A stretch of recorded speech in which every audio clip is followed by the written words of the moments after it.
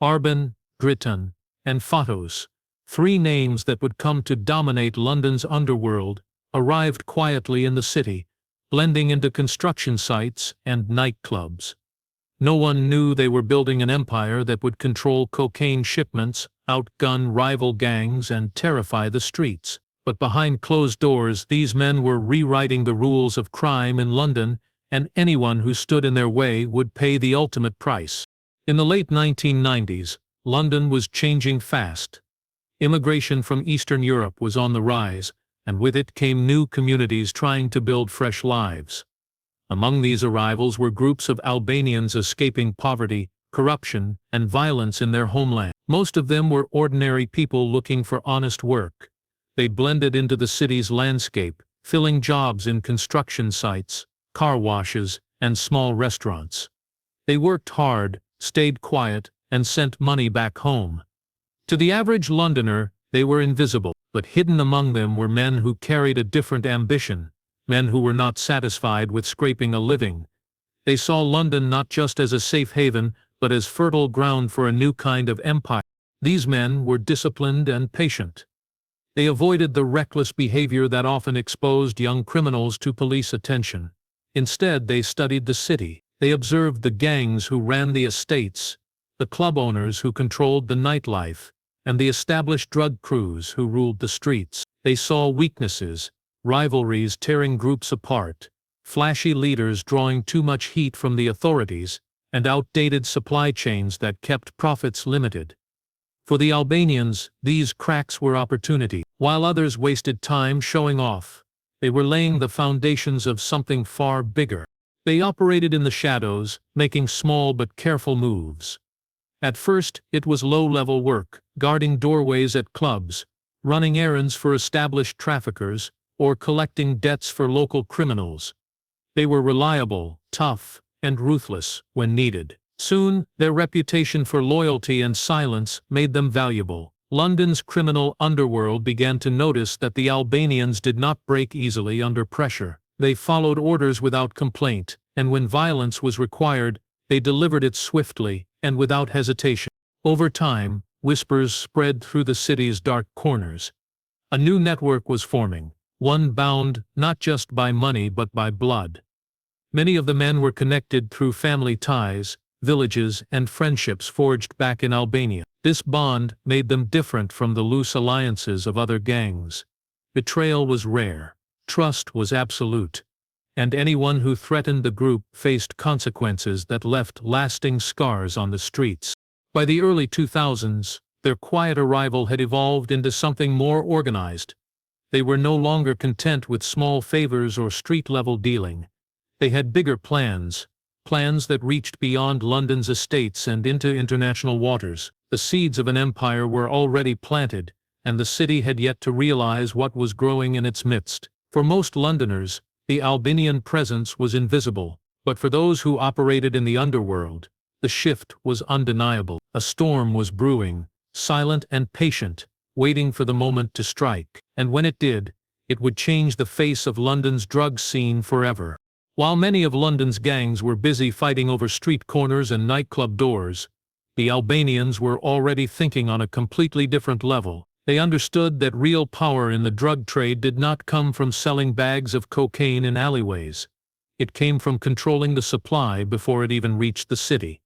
That meant cutting out middlemen and going straight to the source. Through contacts forged in Spain and Italy, the Albanians built bridges to South American cartels who were eager to expand their reach into Europe. This connection changed everything. At first, the shipments were small, hidden in trucks or smuggled through ports along the Spanish coast. The Albanians acted as careful couriers, proving they could be trusted to move product without drawing attention. They kept their operations quiet, never flashing wealth or boasting about deals. That discipline earned them the confidence of the cartels, who preferred partners that would not crumble under pressure.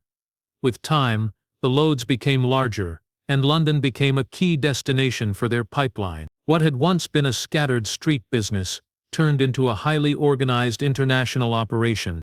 The difference in supply quickly became obvious on the streets.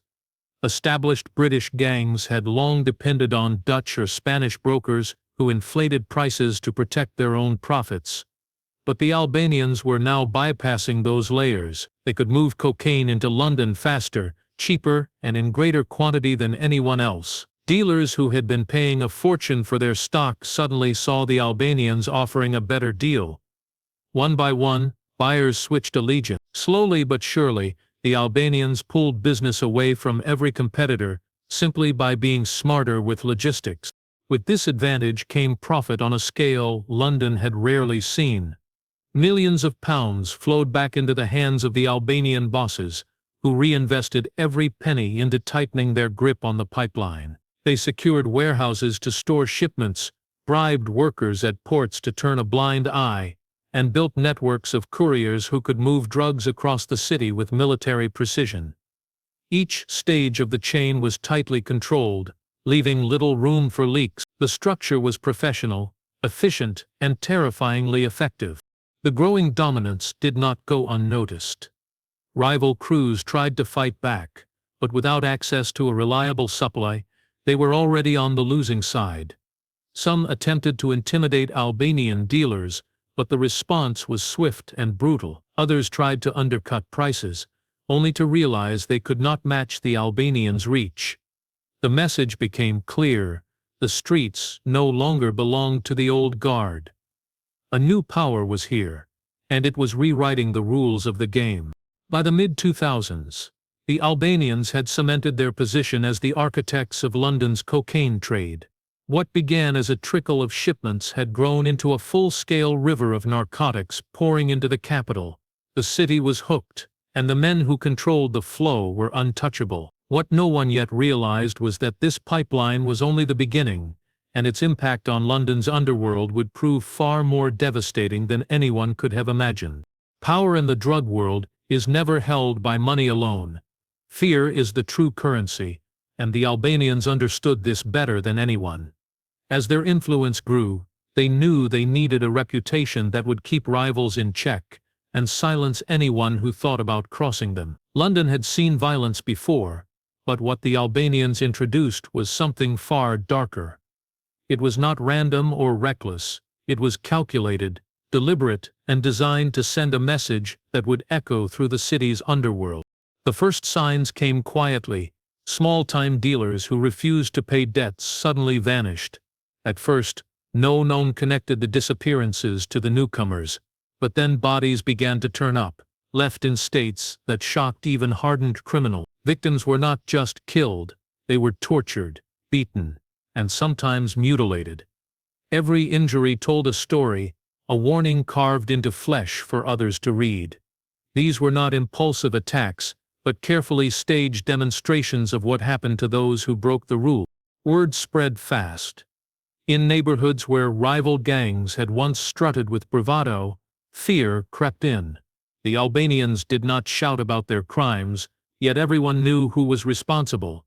They were building a myth, one rooted in brutality so severe that even whispering their name carried weight. Dealers who might once have challenged a new group instead fell in line, too afraid to resist. Nightclub owners who hesitated to cooperate suddenly found their families under threat. The message was simple: obey, or face consequences worse than death. The brutality was not only for rivals, it was also used to keep their own men loyal. In Albanian Kulios, betrayal was seen as the gravest sin, and the punishment reflected it. Anyone suspected of leaking information or cheating the organization faced swift and merciless retribution. There was no trial, no second chance. One moment you were part of the crew, the next you were an example for others. This unflinching discipline ensured loyalty within the ranks. Fear was both shield and weapon, making the organization nearly impossible to penetrate. Law enforcement began noticing patterns. Detectives who investigated gangland killings were unsettled by the sheer cruelty involved. Torture methods were consistent with reports of bulk and organized crime, and whispers from informants hinted at a code of silence so strong that no one dared talk. Even when suspects were arrested, they refused to cooperate, knowing that speaking to police would not just endanger them, but their entire families back home. The violence stretched far beyond London, tying men in the capital to networks in Albania and Kosovo, where the same ruthless tactics had been perfected during years of blood feuds. For the Albanians, brutality was not chaos, it was strategy. Every act of violence was a carefully placed brick in the wall of fear they were building around their empire. By the late 2000s, their reputation was cemented. They were no longer just another gang fighting for a slice of the city, they were the predators at the top of the food chain, and everyone else was prey. This was the image they wanted etched into London's streets, a power so merciless, so unforgiving, that resistance became unthinkable. Unlike the loud and flashy criminals who had once ruled London's streets, the Albanians chose a different approach when it came to wealth. They knew that money was useless if it drew too much attention. Instead of buying sports cars and parading them through neighborhoods, they hid their fortune behind legitimate businesses. Nightclubs, car dealerships, restaurants, and real estate all became tools for a darker purpose. These enterprises gave them respectability on the surface, but behind the doors they were laundromats for millions of pounds earned from cocaine. The nightclubs were especially useful. On the outside they looked like ordinary venues where Londoners came to drink and dance. Inside, the Albanians controlled everything: the bouncers, the bar staff, and the cash registers. These clubs were perfect for washing drug money. A night's takings could easily be inflated, allowing dirty cash to be disguised as legitimate profit. At the same time, the clubs served as meeting points for deals, with VIP lounges doubling as offices where shipments were arranged and payments exchanged. Customers on the dance floor never suspected that the real business was happening in the shadows above them. Luxury car dealerships were another favorite. Albanians invested in high-end showrooms filled with imported vehicles. Expensive cars provided the perfect cover for moving large amounts of money. A car could be bought in cash, then sold later through official channels, turning drug profits into clean earnings.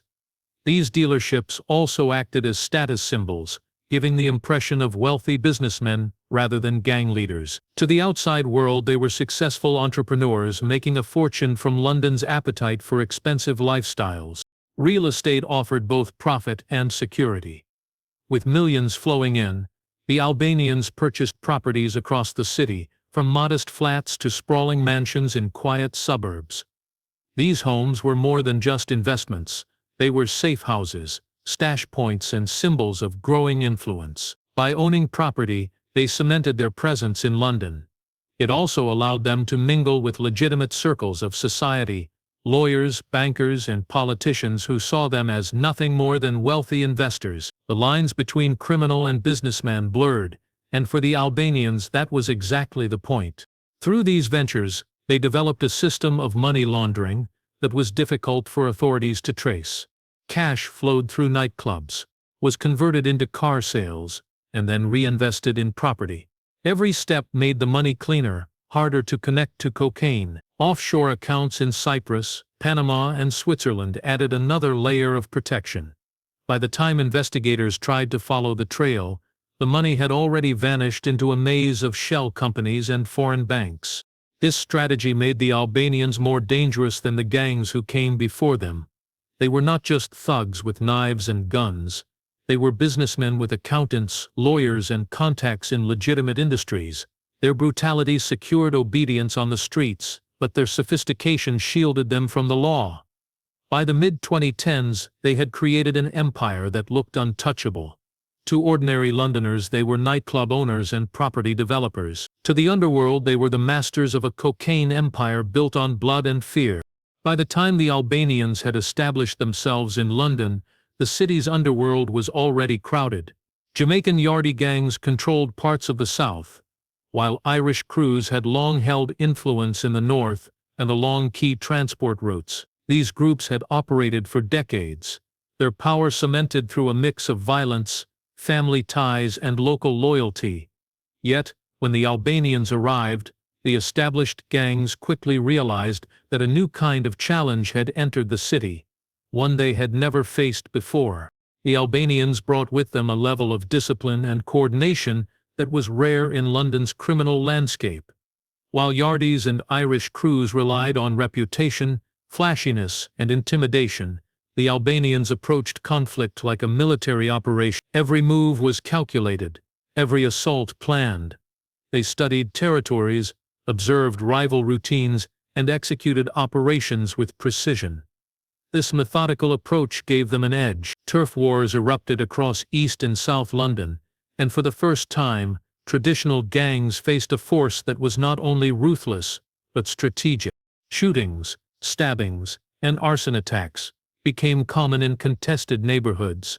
Houses were firebombed, cars were destroyed, and rival dealers were targeted in carefully orchestrated attacks.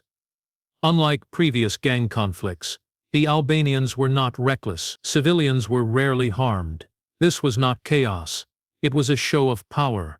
Each act of violence had a purpose: to remove rivals, claim territory, and send a warning that resistance would be met with extreme consequences. Over time, their approach paid off. Yardies and Irish crews, once confident in their dominance, found themselves losing territory and clients. Dealers who once worked exclusively with traditional gangs began turning to the Albanians because they could supply larger quantities at lower prices. Violence had its own language, and in the streets, the message was clear: the Albanians were now in charge. Many rival members were either forced out of the city, absorbed into the organization, or eliminated. London's criminal map was being redrawn, block by block.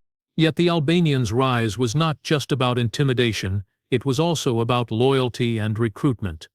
They actively recruited local talent, offering protection, training, and access to the international cocaine network. Young men who had grown up on the estate saw them as a path to wealth and power, but only if they followed the rules. Betrayal was met with swift punishment, reinforcing the idea that loyalty was absolute. This internal discipline made them difficult to infiltrate, and it further weakened rival gangs who lacked the same cohesion. Police forces struggled to respond. The violence was intense but precise, leaving few witnesses and little evidence. Investigations into shootings and arson often stalled, and law enforcement found themselves chasing a ghost. By the end of the 2010s, the Albanians had carved out control over vast portions of London's drug scene. They had overcome long-standing rivals not through chaos, but through strategy, brutality, and calculated alliances. Their emergence marked a turning point, signaling that London's underworld had entered a new era, one ruled by a disciplined, relentless, and increasingly untouchable force. By the mid-2010s, the Albanian Mafia's grip on London's drug trade was impossible to ignore. The city had changed under their influence. Entire neighborhoods had shifted allegiances, and rival gangs had been weakened or eliminated. Law enforcement realized that traditional tactics were no longer sufficient. These were not ordinary criminals operating on impulse. They were an organized international syndicate with networks extending from the Balkans to South America. To dismantle them, the authorities needed a strategy as sophisticated as the criminals they were targeting. MI5 and the National Crime Agency began a joint operation, codenamed Project Shadow.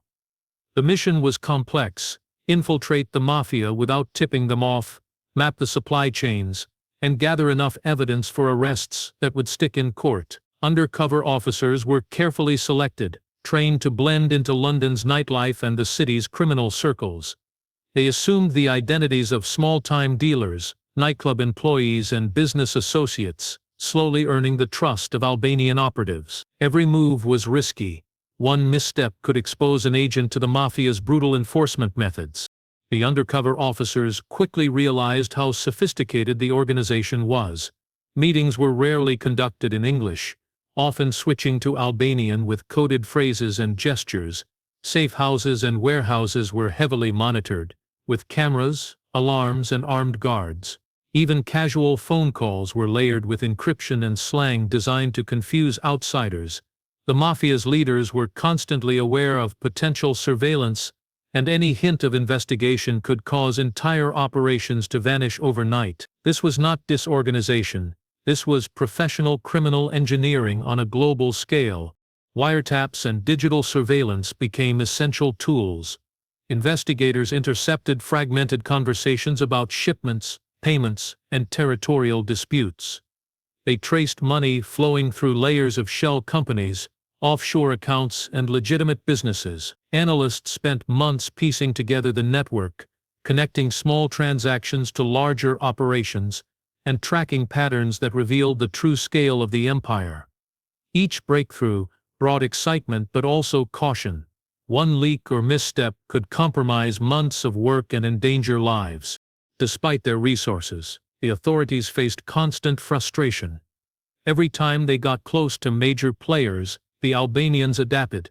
Couriers changed routes, warehouses were emptied, and key figures vanished. Informants were rare, and those who did cooperate risked retaliation not just against themselves, but their families overseas. The Mafia's code of silence was almost absolute, and officers realized that traditional interrogation and raids alone would not be enough. They needed a breakthrough from within the organization itself. As months turned into years, the pressure on the Mafia increased. The presence of undercover officers and surveillance created paranoia within the ranks. Leaders grew suspicious of even long-time lieutenants. In some cases, this tension led to mistakes, small signs of vulnerability, that investigators watched closely. The operation was slow and dangerous, requiring patience and precision. For the first time, it seemed possible that the empire could be penetrated, not by force, but through intelligence, strategy, and the careful cultivation of trust within the organization itself. By the end of this phase, law enforcement had mapped a significant portion of the Mafia's operations. They knew the key players, understood the pipelines, and had evidence of laundering and corruption. Yet, even with this knowledge, one thing was clear. Bringing down the Albanian Mafia would require more than just arrests.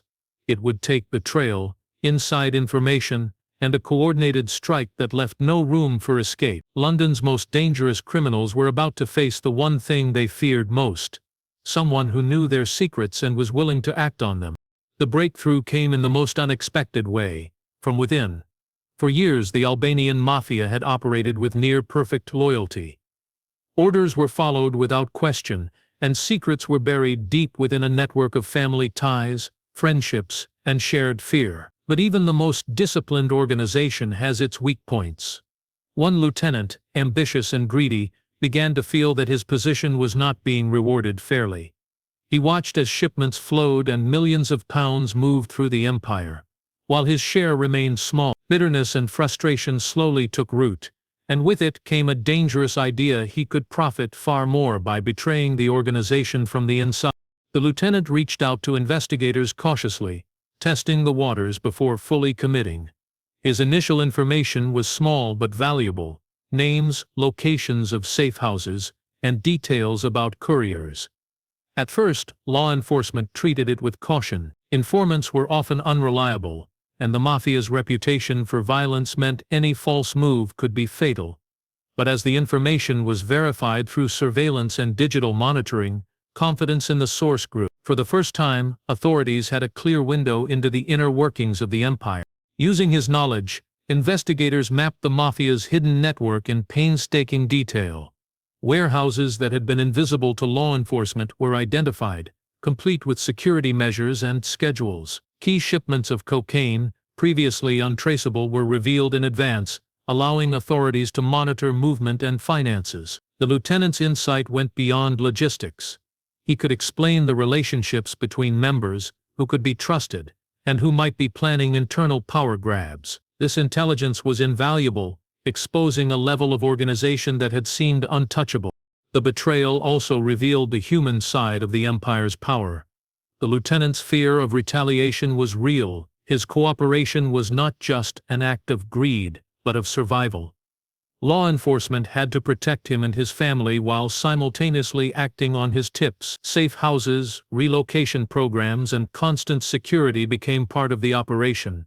Without these measures, the information could have vanished in blood, and the chance to strike at the heart of the Mafia would have been lost. With the inside information in hand, authorities began planning a coordinated strike. It was no longer a matter of months of surveillance and careful monitoring. The critical pieces were now in place to dismantle the empire quickly. They knew the locations of warehouses, the identities of the leaders and the routes of cocaine shipments.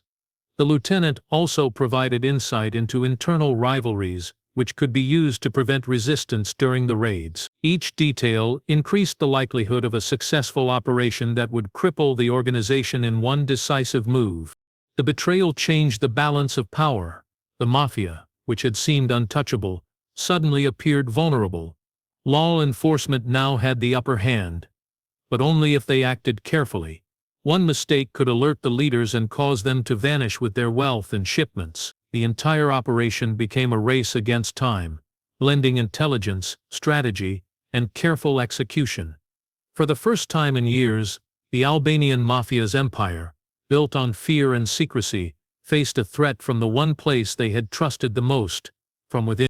The operation began at dawn, with a chilling precision that matched the Albanians' own discipline. Over 200 officers moved in simultaneously, surrounding multiple properties across London. Warehouses, nightclubs, and luxury homes were all targeted. The city was quiet in the early hours, the only sounds being the coordinated commands of law enforcement teams. Inside, Mafia leaders awoke to a reality they had long avoided. Their empire was under siege, and there was no escape. The raids were swift and systematic. Doors were broken down, safe rooms were breached, and stacks of cash, drugs, and weapons were seized. Tons of cocaine, carefully hidden behind layers of legitimate business activity, were removed from circulation. The scale of the operation stunned both the public and the authorities. Arrests were made across the hierarchy, from street-level couriers to the men who had once seemed untouchable at the top. The dawn raids were not just a tactical victory, they were a symbolic one, a message that even the most powerful criminal networks could be challenged. Despite the success, the aftermath revealed the complexity of dismantling such an organization. While key figures were behind bars, the empire they built did not collapse overnight. Younger members and lieutenants, trained in the same ruthlessness and discipline, quickly stepped into vacated positions.